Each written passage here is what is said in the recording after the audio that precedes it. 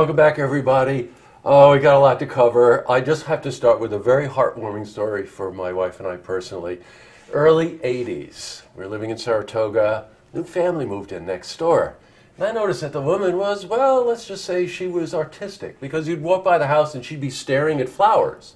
Or she'd be looking up at the tree or looking where the sun was.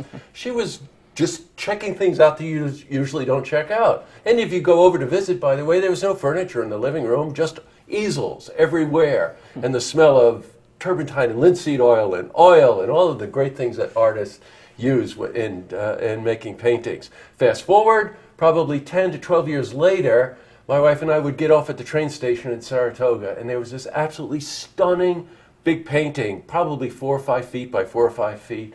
And we're now the proud owners of that painting, which is prominently displayed in our home. The person I'm referring to is a world-renowned artist. Her name is Diggory. She's a friend of ours for, my God, it's 38 years. Something like that. Welcome, Ann. Thank you. So big lead in there for you. That's right. Well, I enjoyed having artists next door as well. Oh, thank you. Ann is, as I mentioned, she's a world-renowned artist, landscape artist, I think is a loosely descriptive term for what we're talking about here, because I've watched you evolve over the years and move into different mediums and different ways of doing paintings and things like that.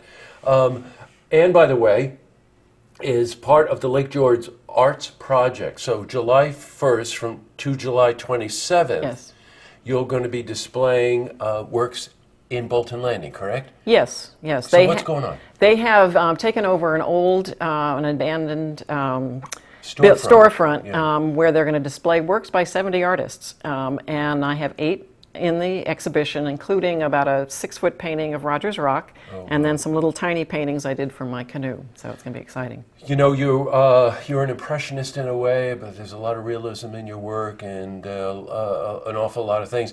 Ann did have a one-woman show at the Hyde Museum. I'll give you an idea of the kind of work we're talking about here, amongst exhibits all over the place and in New York City and the like. Another thing that struck me is this summer you're going to be up at the Adirondack Museum.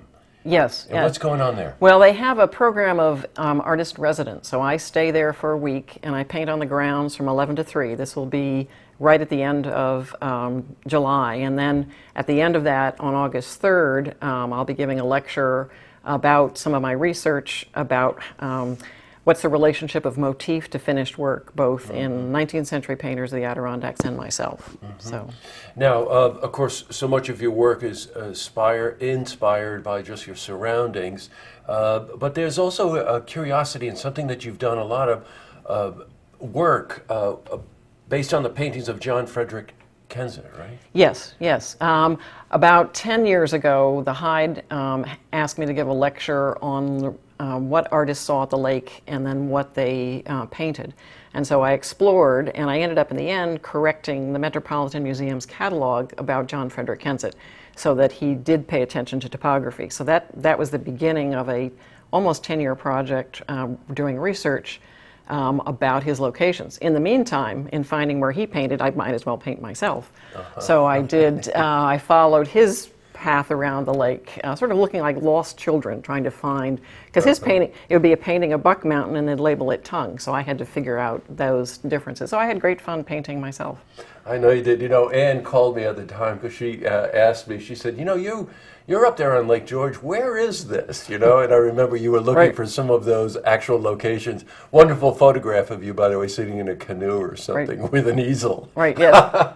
I just love it. And one other thing that you did notice in that exploration was that artists took certain artistic license. Yes, yeah, this is part of what I was discovering. Many artists tried to make the Lake George look like the Alps because they wanted it to look grand. Other artists just wanted to give a sense of how magnificent it was. And there are limitations to representing something in 2 dimensions. You take that picture of the big mountain on your holiday and you get home and see it felt a lot bigger.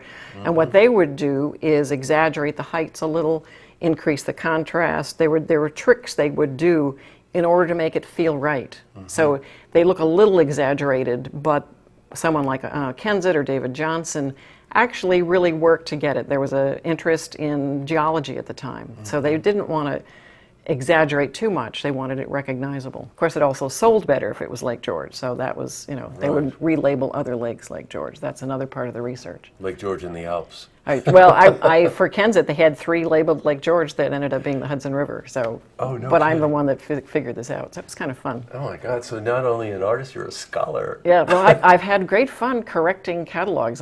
Rhode Island School of Design has changed the title of one of their paintings as a result.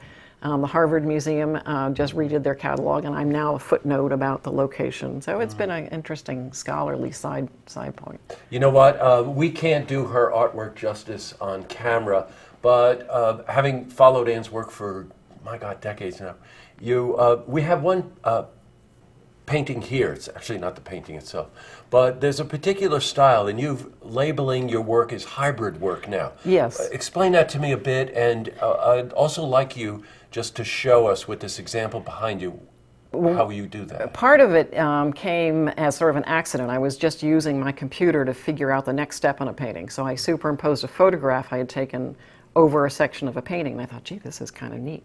So I then started making them on purpose. And the one that's here, in this section, you see it's the shoreline at Homer Point where Frederick Kensett painted from. And part of this has photography in it, and part of it I've painted over. And to me, that gives the sense of our dual perception. Sometimes we focus very closely on something, and sometimes we pull back and we see kind of generally. So by juxtaposing the photography, you get that kind of mystery between two kinds of perception at once. And that was the basis of the show, the Hyde collection. That was 16 paintings using that. You really have to see this work in person. It's stunning.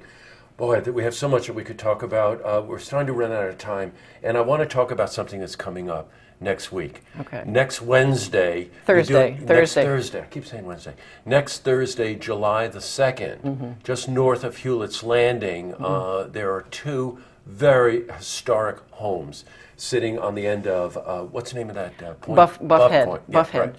right. And I'll be giving a talk, the Friends of Historic Hewlett's Landing. I'm giving a talk for them about John Frederick Kensett and myself and a few other artists. And it's an expansion of a talk I've given earlier, but really focusing on their area. So I'll be giving a talk about the creative process, how do you get from a motif to a finished work, and then I'll have a display of some of my works at that time.